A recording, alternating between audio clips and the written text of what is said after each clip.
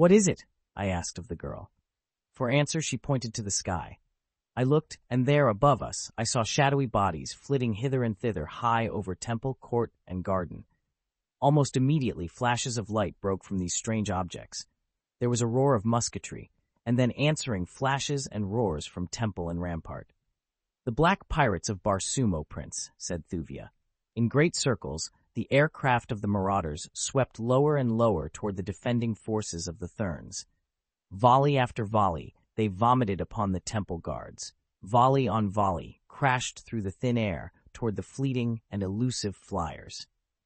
As the pirates swooped closer toward the ground, Thern soldiery poured from the temples into the gardens and courts. The sight of them in the open brought a score of flyers darting toward us from all directions. The Therns fired upon them through shields affixed to their rifles, but on, steadily on, came the grim, black craft. They were small flyers for the most part, built for 2 to 3 men. A few larger ones there were, but these kept high aloft, dropping bombs upon the temples from their keel batteries. At length, with a concerted rush, evidently in response to a signal of command, the pirates in our immediate vicinity dashed recklessly to the ground in the very midst of the Thern soldiery. Scarcely waiting for their craft to touch, the creatures manning them leaped among the Therns with the fury of demons. Such fighting! Never had I witnessed its like before. I had thought the Green Martians the most ferocious warriors in the universe, but the awful abandon with which the black pirates threw themselves upon their foes transcended everything I ever before had seen.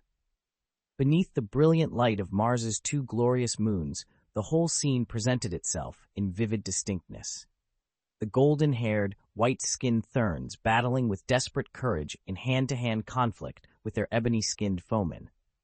Here a little knot of struggling warriors trampled a bed of gorgeous pomalia.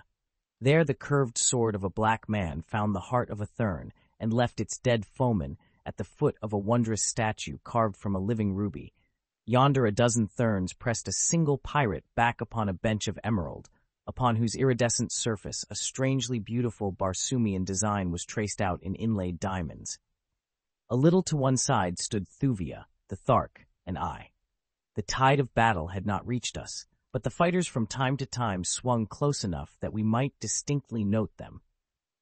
The black pirates interested me immensely.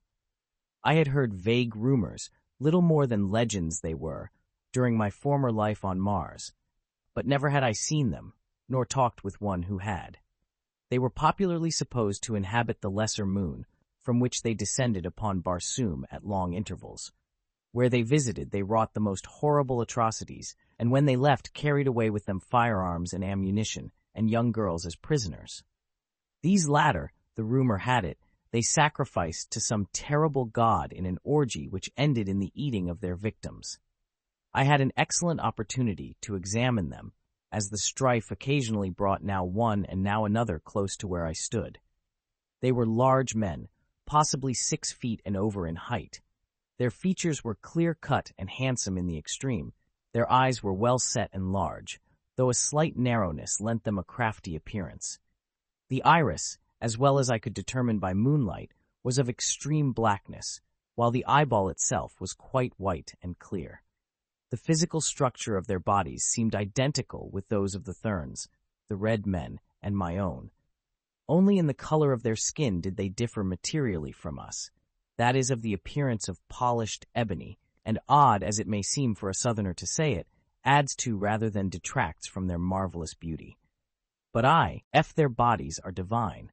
Their hearts, apparently, are quite the reverse. Never did I witness such a malign lust for blood as these demons of the outer air evinced in their mad battle with the Therns. All about us in the garden lay their sinister craft, which the Therns, for some reason, then unaccountable to me, made no effort to injure. Now and again a black warrior would rush from a nearby temple bearing a young woman in his arms. Straight for his flyer he would leap, while those of his comrades who fought nearby would rush to cover his escape. The Therns on their side would hasten to rescue the girl, and in an instant the two would be swallowed in the vortex of a maelstrom of yelling devils, hacking and hewing at one another like fiends incarnate. But always, it seemed, were the black pirates of Barsoom victorious. and the girl, brought miraculously unharmed through the conflict, borne away into the outer darkness upon the deck of a swift flyer.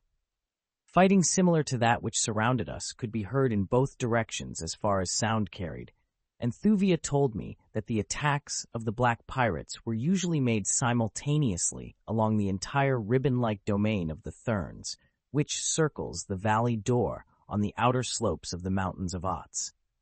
As the fighting receded from our position for a moment, Thuvia turned toward me with a question. "Do you understand now, O Prince," she said, "why 1,000,000 warriors guard the domains of the Holy Therns by day and by night? The scene you are witnessing now is but a repetition of what I have seen enacted a score of times during the 15 years I have been a prisoner here. From time immemorial, the Black Pirates of Barsoom have preyed upon the Holy Therns. Yet they never carry their expeditions to a point, as one might readily believe it was in their power to do, where the extermination of the race of Therns is threatened. It is as though they but utilize the race as playthings with which they satisfy their ferocious lust for fighting, and from whom they collect toll in arms and ammunition and in prisoners. Why don't they jump in and destroy these flyers?" I asked. "That would soon put a stop to the attacks, or at least the blacks would scarce be so bold. Why, see how perfectly unguarded they leave their craft, as though they were lying safe in their own hangars at home. The Therns do not dare. They tried it once, ages ago, but the next night and for a whole moon thereafter, 1,000 great black battleships circled the mountains of Otz, pouring tons of projectiles upon the temples, the gardens, and the courts, until every Thern who was not killed was driven for safety into the subterranean galleries. The Therns know that they live at all only by the sufferance of the black men. They were near to extermination that once, and they will not venture risking it again." As she ceased talking, a new element was instilled into the conflict. It came from a source equally unlooked for by either Thern or pirate. The great banths which we had liberated in the garden had evidently been awed at first by the sound of the battle, the yelling of the warriors, and the loud report of rifle and bomb. But now they must have become angered by the continuous noise and excited by the smell of new blood, for all of a sudden a great form shot from a clump of low shrubbery into the midst of a struggling mass of humanity. A horrid scream of bestial rage broke from the banth as he felt warm flesh beneath his powerful talons. As though his cry was but a signal to the others, the entire great pack hurled themselves among the fighters. Panic reigned in an instant. Thern and Black Man turned alike against the common enemy, for the banths showed no partiality toward either. The awful beasts bore down 100 men by the mere weight of their great bodies as they hurled themselves into the thick of the fight. Leaping and clawing, they mowed down the warriors with their powerful POS, turning for an instant to rend their victims with frightful fangs. The scene was fascinating in its terribleness, but suddenly it came to me that we were wasting valuable time watching this conflict, which in itself might prove a means of our escape. The Therns were so engaged with their terrible assailants that now, if ever, escape should be comparatively easy. I turned to search for an opening through the contending hordes. If we could but reach the ramparts, we might find that the pirates somewhere had thinned the guarding forces and left a way open to us to the world without. As my eyes wandered about the garden, the sight of the hundreds of aircraft lying unguarded around us suggested the simplest avenue to freedom. Why it had not occurred to me before. I was thoroughly familiar with the mechanism of every known make of flyer on Barsoom. For 9 years I had sailed and fought with the Navy of Helium. I had raced through space on the tiny one-man air scout, and I had commanded the greatest battleship that ever had floated in the thin air of dying Mars. To think with me is to act. Grasping Thuvia by the arm, I whispered to Tars Tarkas to follow me. Quickly we glided toward a small flyer which lay furthest from the battling warriors. Another instant found us huddled on the tiny deck. My hand was on the starting lever. I pressed my thumb upon the button which controls the ray of repulsion, that splendid discovery of the Martians, which permits them to navigate the thin atmosphere of their planet in huge ships that dwarf the dreadnoughts of our earthly navies into pitiful insignificance. The craft swayed slightly, but she did not move. Then a new cry of warning broke upon our ears. Turning, I saw a dozen black pirates dashing toward us from the melee. We had been discovered. With shrieks of rage, the demons sprang for us. With frenzied insistence, I continued to press the little button which should have sent us racing out into space, but still the vessel refused to budge. Then it came to me, the reason that she would not rise. We had stumbled upon a two-man flyer. Its ray tanks were charged only with sufficient repulsive energy to lift two ordinary men. The Thark's great weight was anchoring us to our doom. The blacks were nearly upon us. There was not an instant to be lost in hesitation or doubt. I pressed the button far in and locked it. Then I set the lever at high speed, and as the blacks came yelling upon us, I slipped from the craft's deck and with drawn long sword met the attack. At the same moment, a girl's shriek rang out behind me, and an instant later, as the blacks fell upon me, I heard far above my head, and faintly, in Thuvia's voice, "My prince, oh my prince, I would rather remain and die with."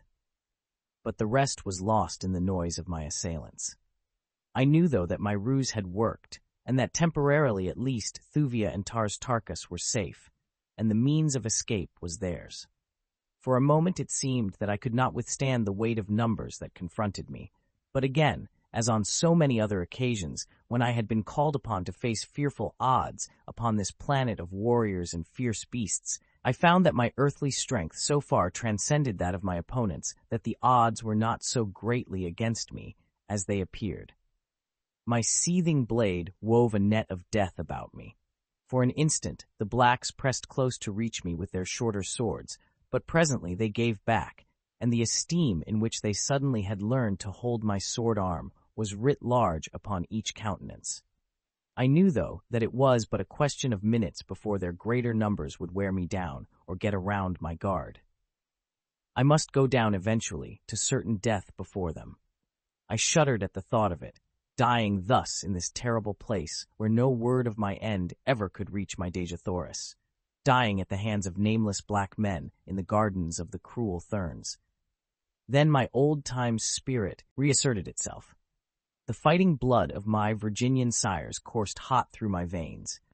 The fierce blood-lust and the joy of battle surged over me. The fighting smile that has brought consternation to 1,000 foemen touched my lips. I put the thought of death out of my mind and fell upon my antagonists with fury that those who escaped will remember to their dying day. That others would press to the support of those who faced me, I knew. So even as I fought, I kept my wits at work, searching for an avenue of escape. It came from an unexpected quarter out of the black night behind me. I had just disarmed a huge fellow who had given me a desperate struggle, and for a moment the blacks stood back for a breathing spell. They eyed me with malignant fury, yet withal there was a touch of respect in their demeanor. "Thurn," said one, "you fight like a Dejah, but for your detestable yellow hair and your white skin you would be an honor to the firstborn of Barsoom." "I am no Thurn," I said, and was about to explain that I was from another world, thinking that by patching a truce with these fellows and fighting with them against the Therns, I might enlist their aid in regaining my liberty. But just at that moment a heavy object smote me a resounding whack between my shoulders that nearly felled me to the ground. As I turned to meet this new enemy, an object passed over my shoulder, striking one of my assailants squarely in the face and knocking him senseless to the sword. At the same instant I saw that the thing that had struck us was the trailing anchor of a rather fair-sized air vessel, possibly a 10-man cruiser. The ship was floating slowly above us, not more than 50 feet over our heads. Instantly, the one chance for escape that it offered presented itself to me. The vessel was slowly rising, and now the anchor was beyond the blacks who faced me and several feet above their heads. With a bound that left them gaping in wide-eyed astonishment, I sprang completely over them. A second leap carried me just high enough to grasp the now rapidly receding anchor. But I was successful, and there I hung by one hand, dragging through the branches of the higher vegetation of the gardens, while my late foeman shrieked and howled beneath me. Presently the vessel veered toward the west and then swung gracefully to the south. In another instant I was carried beyond the crest of the golden cliffs, out over the Valley Dor, where, 6,000 feet below me, the lost Sea of Chorus lay shimmering in the moonlight. Carefully I climbed to a sitting posture across the anchor's arms. I wondered if by chance the vessel might be deserted. I hoped so, or possibly it might belong to a friendly people and have wandered by accident almost within the clutches of the pirates and the Therns. The fact that it was retreating from the scene of battle lent color to this hypothesis. But I decided to know positively, and at once, so, with the greatest caution, I commenced to climb slowly up the anchor chain toward the deck above me. One hand had just reached for the vessel's rail and found it when a fierce black face was thrust over the side, and eyes filled with triumphant hate looked into mine.